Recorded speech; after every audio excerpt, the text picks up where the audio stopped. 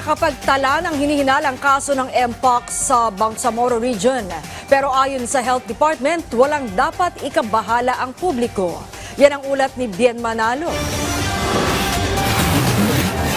Tiniyak ni Department of Health Secretary Ted Herbosa na walang dapat ikabahala ang publiko kaugnay sa naitalang isang hinihinalang kaso ng Mpox sa Bangsamoro Region at ang 4 na bagong kaso sa Calabarzon. Ayon kay Secretary Herbosa, naipasuri na sa Research Institute for Tropical Medicine o RITM ang suspected case mula sa Malabang, Lanao del Sur at hinihintay na lamang ang resulta nito.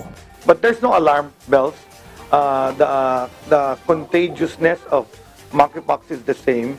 The one that we have is still clade 2, the one that we're identifying.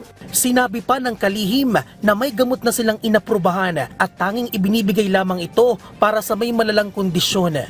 What is good though is we have approved the CPR for that medicine.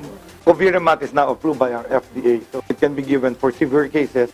Ayon pa kay Secretary Herbosa, ang Metro Manila at Calabarzon lamang ang nananatiling hotspot sa Mpox. Bien Manalo para sa Pambansang TV sa Bagong Pilipinas.